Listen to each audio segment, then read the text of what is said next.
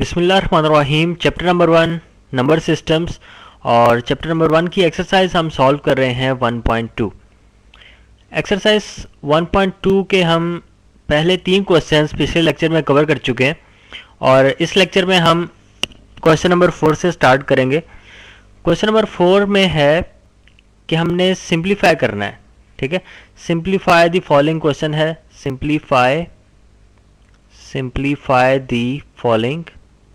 कुछ हमें complex numbers given है, उनको हमने सिंप्लीफाई करके लिखना है। ठीक है, तो पार्ट नंबर 1, इसके तकरीबन 4 पार्ट्स हैं जिसमें से मैं 2 या 3 पार्ट्स आपको सॉल्व कराऊंगा और बाकी आपकी प्रैक्टिस के लिए छोड़ दूंगा। ठीक है, तो पहला पार्ट जो है उसमें हमें कॉम्प्लेक्स नंबर गिवन है आयोटा पावर 9।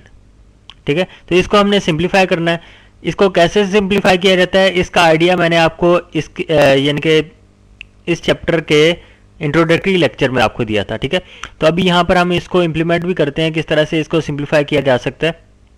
देखें, मैंने आपसे ये एक बात की थी कि सिंप्लीफिकेशन जब भी आपके पास आए, कोई इमेजिनरी नंबर हो या कॉम्प्लेक्स नंबर भी इसे कह सकते हैं। ठीक है, तो इसको इमेजिनरी नंबर भी कहेंगे क्योंकि इसमें सिर्फ और सिर्फ इमेजिनरी पार्ट है कॉम्प्लेक्स नंबर का, रियल पार्ट आपको 0 नजर आ रहा है, यानी कि यहाँ पर नहीं है। ठीक है, तो इसको सिंप्लीफाई जब आपने करना हो तो आयोटा स्क्वायर की फॉर्म में लेके आए। सबसे पहला स्टेप आपका क्या होना चाहिए, आयोटा स्क्वायर की फॉर्म में लेके आए। ठीक है, तो इसको मैं 2 तरीके से मैं सॉल्व करता हूँ कि इसको मैं लिखता हूँ आयोटा स्क्वायर।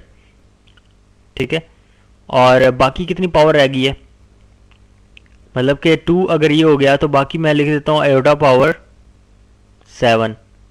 ठीक है, यूं लिख सकते हैं ना हम इसको, आयोटा स्क्वायर मैंने लैदा कर दिया, इनके स्क्वायर की फॉर्म में लिखा। अब ये भी आयोटा 7, इसको मजीद हम सिंप्लीफाई करेंगे, मतलब कि मैं इसे लिखूंगा iota square into iota power 2।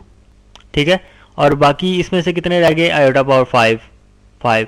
अब इसको आप पावर्स को सम करके देख सकते हैं, 2 + 2 = 4, 4 + 5 = 9। ठीक है, आयोटा पावर 9 को ही हम लेकर चल रहे हैं। तो आगे हम मजीद इसको सिंप्लीफाई करेंगे। ये दोबारा से मैं iota square into iota square आ गया, इसको मैं आयोटा लिख दूं, 2 लग रहा है इस वक्त। अच्छा, iota square into iota square. अब इस आयोटा पावर 5 को हम सिंप्लीफाई करेंगे, मतलब कि मैं लिख देता हूँ आयोटा स्क्वायर इंटू बाकी कितनी पावर रह जाएगी, अगर 5 में से 2 निकाल दिया जाए तो आयोटा क्यूब बचता है। ठीक है, ये आयोटा क्यूब आ गया। आगे मजीद हम इसको एक और दफ़ा हम लिख सकते हैं आयोटा स्क्वायर इंटू जो भी बाकी पावर बचेगी। ठीक है, तो ये iota square as it is into iota square as it is into ये वाला iota square as it is आ जाएगा, और ये आयोटा क्यूब मौजूद है, इसको हम आयोटा स्क्वायर इंटू आयोटा लिखेंगे। ठीक है, मतलब कि आयोटा स्क्वायर इसको मैंने लिखा और साथ में कितनी पावर आएगी, 3 में से 2 तो मैंने यहाँ पे लिख दी और 1 पावर आएगी थी, तो इसको अलहदा से आयोटा पावर 1 या सिर्फ आयोटा भी आप इसे कह सकते हैं, तो अलहदा लिख दिया। ठीक है, तो ये सिंप्लीफिकेशन का मेथड है। अब आप इसको सॉल्व कर सकते हैं, मतलब कि आयोटा स्क्वायर की वैल्यू क्या होती है। आयोटा स्क्वायर की वैल्यू जो है वो हम पढ़ चुके हैं कि वो इक्वल होती है, iota square is equal to -1 की होती है। क्यों, क्योंकि आयोटा की वैल्यू क्या होती है, स्क्वायर रूट ऑफ -1। जब इसका स्क्वायर लिया जाता है दोनों साइड्स पे तो हमारे पास आयोटा स्क्वायर की वैल्यू आ जाती है जो कि आती है -1। ठीक है, तो वो वैल्यू अब यहाँ पर हम यूज़ करेंगे आयोटा स्क्वायर की जगह, ये -1 इसकी जगह हम यूज़ करते हैं, इस आयोटा स्क्वायर की जगह भी -1 आ जाएगा और इसी तरह से इस आयोटा स्क्वायर की जगह भी -1 आ जाएगा। तो जहाँ जहाँ पर आयोटा स्क्वायर था उसकी जगह मैंने उसकी वैल्यू जो है -1 यूज़ की। ठीक है, उसके बाद आयोटा जो सिंपल आया है उसको मैं स्क्वायर रूट ऑफ -1 नहीं लिखता, उसको सिंपली मैं आयोटा ही लिख देता हूँ। ठीक है, तो अब हम इसको सिंप्लीफाई कर लेते हैं। ठीक है, ये -1 जितने भी आपस में मल्टीप्लाई हो रहे हैं उनको मल्टीप्लाई कर दें, minus into minus is plus, ये पॉजिटिव हो जाएंगे, मल्टीप्लाई होंगे तो ये दोनों भी आपस में मल्टीप्लाई होंगे तो पॉजिटिव हो जाएंगे, और positive into positive is positive, या फिर मैं इधर लिख देता हूँ ये +1 बन जाता है इसके प्रोडक्ट से। ठीक है, और इन दोनों के प्रोडक्ट से भी +1 बन जाता है और आयोटा साथ में मल्टीप्लाई हो रहा है। अच्छा, अब ये सब के सब पॉजिटिव हो चुके हैं तो रिजल्ट में हमारे पास क्या आ जाएगा, आयोटा, या फिर +1 इंटू +1 इज +1। ठीक है, और +1 को आयोटा से मल्टीप्लाई करें तो आयोटा आ जाता है आपके। ये मैंने एक एक स्टेप करके यानी कि बहुत सिंपल से स्टेप्स में इसको सॉल्व किया है, सिंप्लीफाई किया है। ठीक है, तो आप डायरेक्टली भी कर सकते हैं। अब यहाँ से मैं आपको बताता हूँ एक और तरीका आपके पास क्या है कि देखें, ये हमारे पास फाइनल रिजल्ट आया था ना आयोटा की फॉर्म में। ठीक है, इसके बाद हमने आयोटा स्क्वायर की वैल्यू से इसको रिप्लेस किया। अब इस स्टेप के बाद आप ये भी कर सकते हैं कि आयोटा स्क्वायर कितनी दफ़ा आ रहा है, 1 2 3 4, यानी कि हम लिख सकते हैं आयोटा स्क्वायर की पावर 4। ठीक है। जिस तरह से हम कहते हैं ना कि 2, सपोज मैं कोई एक डिजिट ले लेता हूँ, चले 3 ले लेते हैं, 3 into 3 into 3 into 3 into 3 into 3 into 3। एक तो तरीका ये है कि आप इसको पहले मल्टीप्लाई करें, 3 इंटू 3 9 आता है, उसके बाद 9 को 3 से मल्टीप्लाई करें, ठीक है, 27 आता है। इसी तरह से मल्टीप्लाई करते रहें, ये तब जाके आपको फाइनल रिजल्ट आएगा, वो जो भी आएगा, ठीक है।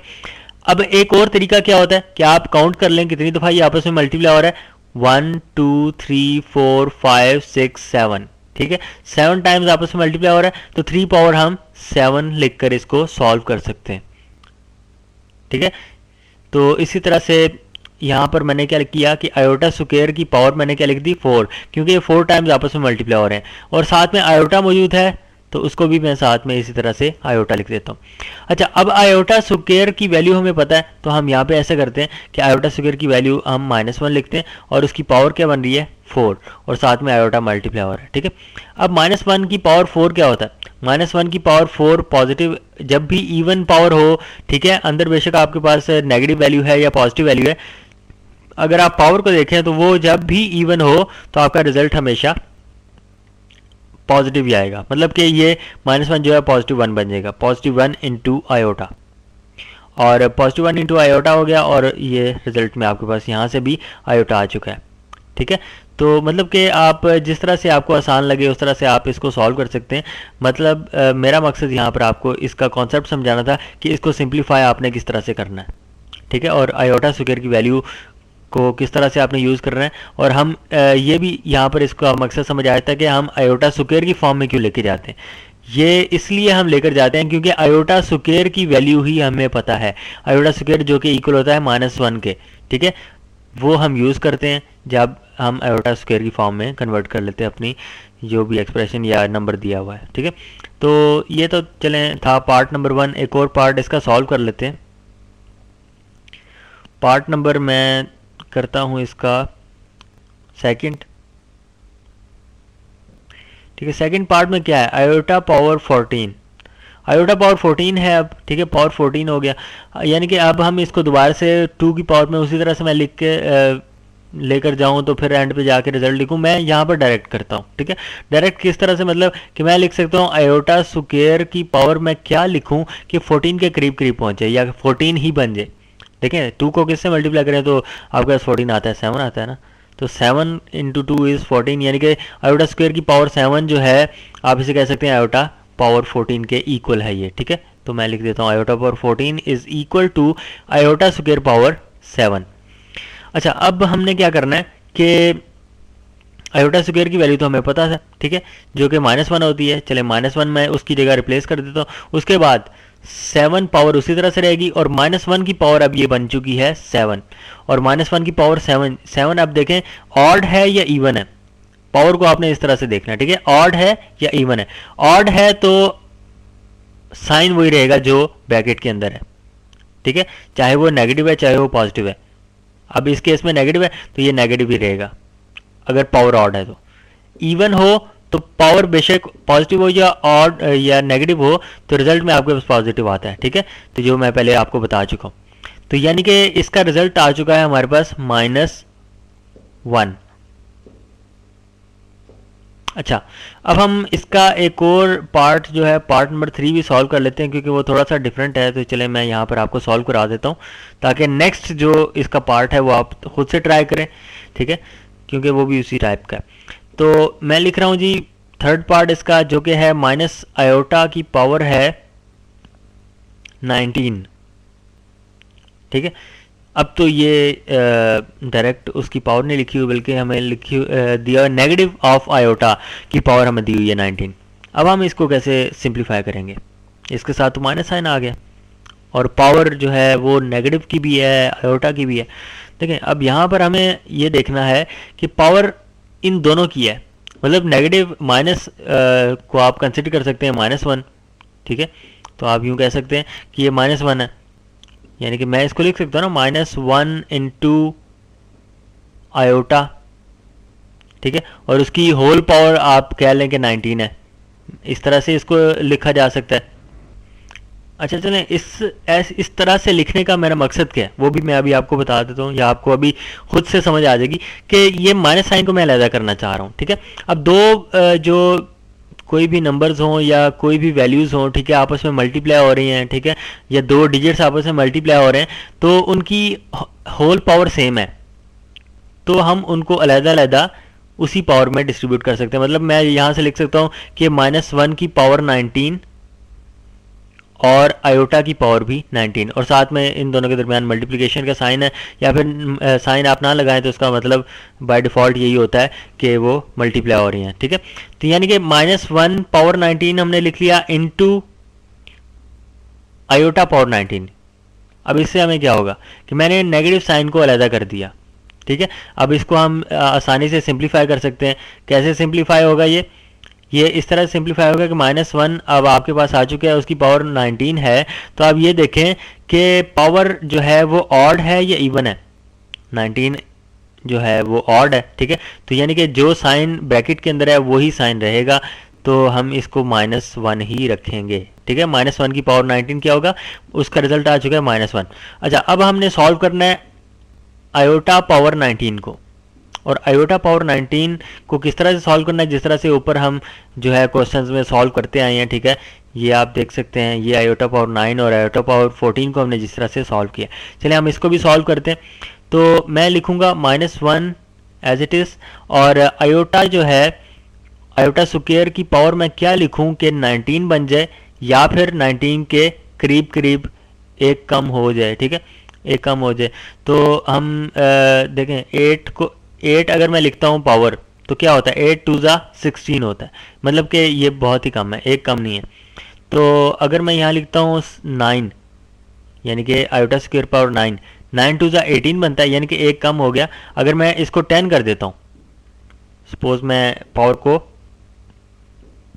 10 कर देता हूँ, तो 10 2 20 बन जाता है, यानी कि 19 से बड़ा हो गया। 19 से बड़ा नहीं होना चाहिए, कम हो जाए लेकिन बड़ा नहीं होना चाहिए। ठीक है, अगर बराबर नहीं आता तो कम बेशक हो जाए, तो हम यहाँ पर 9 ही लिखेंगे, यानी कि आयोटा स्क्वायर पावर 9। ठीक है, तो आयोटा स्क्वायर पावर 9 हो गया, जो कि बनता है 18, और फिर एक पावर बच गया, यानी कि हमें एक और मजीद आयोटा चाहिए ताकि पावर 19 कंप्लीट हो जाए। ठीक है, आयोटा स्क्वायर पावर 9 18 इंटू 1 जो है वो आपके पास आयोटा पावर 1 जो है वो पूरा 19 बन जाता है। तो इस तरह से हम इसको सिंप्लीफाई करेंगे। अब ये -1 एज इट इज़, और आयोटा स्क्वायर को भी हम -1 की फॉर्म में लिखेंगे, और पावर 9 है, साथ में आयोटा एज इट इज़, और अब इसको हम सिंप्लीफाई कर लेते हैं -1 इंटू, अब यहाँ से आप दोबारा से ये देख सकते हैं कि नेगेटिव की पावर, यानी कि नेगेटिव है या पॉजिटिव है, इस चीज़ को आप रहने दें। आप पावर देखें ऑड है या इवन है, ऑड है तो जो साइन है वो एज इट इज़ रहेगा, यानी कि -1 की पावर 9 जो है उसका रिजल्ट भी -1 ही आएगा। अब हमारे इसके बाद क्या मल्टीप्लाई हो रहा है, आयोटा है, तो वो एज इट इज़ आ जाएगा। अच्छा, अब माइनस इंटू माइनस क्या हो जाएगा, दो नेगेटिव साइन आपस में मल्टीप्लाई हो रहे हैं, पॉजिटिव 1 बना देंगे। ठीक है, और साथ में आयोटा मल्टीप्लाई करेंगे तो हमारे पास रिजल्ट आएगा आयोटा। तो हमारे पास इसका रिजल्ट जो है, मतलब कि माइनस आयोटा पावर 19 का रिजल्ट सिंप्लीफाई करने के बाद इक्वल टू आयोटा आया है। तो ये थी सिंप्लीफिकेशन। ठीक है, क्वेश्चन नंबर 4 की। अब क्वेश्चन नंबर 4 का पार्ट नंबर जो है 4, चले मैं उसका थोड़ा सा आपको आइडिया दे देता हूँ ताकि आप वो खुद से ट्राई कीजिए। ठीक है, तो पार्ट नंबर 4 में है -1 की पावर हमें दी हुई है -21 डिवाइडेड बाय 2। अच्छा, अब आपने इसमें क्या करना है कि -1 आपको पता है कि आयोटा होता है, आयोटा स्क्वायर होता है। ठीक है, तो यानी कि -1 हम इसको देखें, अब इसकी पावर फ्रैक्शन में आ रही है ना, तो अब हम पावर फ्रैक्शन में तो नहीं फाइंड कर सकते। मतलब अगर मैं किसी चीज़ की पावर फ्रैक्शन में लिख दूँ तो उसकी वैल्यू किस तरह से फाइंड की जाएगी। अब हम इसका आसान तरीका ये है कि -1 की हमें पता है कि क्या वैल्यू होती है, मतलब कि -1 किसके इक्वल होता है, या -1 किसकी वैल्यू होती है, वो आयोटा स्क्वायर की होती है। तो आयोटा स्क्वायर हम यहाँ लिख लेते हैं। ठीक है, उसकी पावर क्या बन जाएगी, -21 डिवाइडेड बाई 2, ऑलरेडी मौजूद है जो -21 डिवाइडेड बाई 2। अब यहाँ से आप देख सकते हैं कि ये 2 और -21 डिवाइडेड बाई 2 आपस में मल्टीप्लाई हो रहे हैं, तो ये 2 से कैंसिल आउट हो जाता है, और आपके पास रिमेनिंग क्या बच जाता है, आयोटा पावर -21। अच्छा, जब ये हमारे पास आयोटा पावर -21 आ गया तो अब आपके पास पावर नेगेटिव है, ये डिजिट नेगेटिव नहीं है, ये नंबर नेगेटिव नहीं है, पावर नेगेटिव है। पावर को पॉजिटिव कैसे बनाया जाता है वो आप पहले भी पढ़ते आए हैं, किस तरह से पावर को पॉजिटिव बनाया जाता है। 1 ओवर करके लिखें, 1 ओवर आयोटा पावर 21 बन जाएगा, ठीक है। और अब आप इसको सॉल्व कर सकते हैं आगे जिस तरह से हम पहले सॉल्व करते हैं, ठीक है। तो ये था क्वेश्चन नंबर 4। नेक्स्ट क्वेश्चन पर चलते हैं, क्वेश्चन नंबर है 5। क्वेश्चन नंबर 5 में हमें सिंप्लीफाइड फॉर्म गिवन है, जिस तरह से यानी कि हमें जो है ऊपर क्वेश्चन नंबर 4 में हमें कुछ फॉर्म्स गिवन थी या कॉम्प्लेक्स नंबर्स गिवन थे, उनको हमने सिंप्लीफाई किया। अब उससे ऑपोजिट क्वेश्चन है, ठीक है, आप इसे ऑपोजिट कह सकते हैं कि क्वेश्चन नंबर 4 के बिल्कुल ऑपोजिट है। मतलब सिंप्लीफाइड फॉर्म हमें गिवन है, हमने उसको दोबारा से ओरिजिनल फॉर्म में लेके आना है। सपोज मैं कहता हूँ पहला पार्ट इसका जो है, या फिर क्वेश्चन पहले मैं लिख दूँ, right in terms of iota, ठीक है, यानी कि हमारे जो रिजल्ट में आयोटा आना चाहिए। तो पहला पार्ट मैं यहां से लिखता हूं, पहले पार्ट में हमें गिवन है square root of -1 into B, ठीक है। तो अब हमने इस तरह से इसको सिंप्लीफाई करना है कि हमारे पास रिजल्ट में आयोटा आए। देखें, स्क्वायर रूट ऑफ -1 आपको ऑलरेडी पता है कि वो आयोटा की इक्वल होता है, तो आप इसकी जगह रिप्लेस कर सकते हैं आयोटा को, ठीक है। तो आयोटा इंटू बी बन जाएगा, तो ये आयोटा की फॉर्म में आ चुका है। ये तो यानी कि बहुत ही आसान सिंपल सा क्वेश्चन था पार्ट नंबर 1। इसी तरह से हम बाकी पार्ट्स भी देख लेते हैं इसके, कि सेकंड पार्ट चलें, सेकंड पार्ट पहले सॉल्व करते हैं। सेकंड पार्ट में है स्क्वायर रूट ऑफ -5।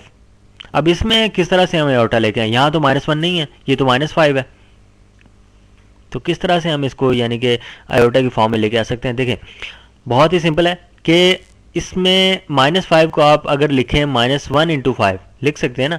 -1 को अगर 5 से मल्टीप्लाई करें तो आपके पास रिजल्ट में -5 ही आता है। तो यानी कि हम लिख लेते हैं -5 को -1 इंटू 5 और उसके ऊपर स्क्वायर रूट ऑलरेडी मौजूद है, तो उसको एज इट इज़ हम उतार लेते हैं।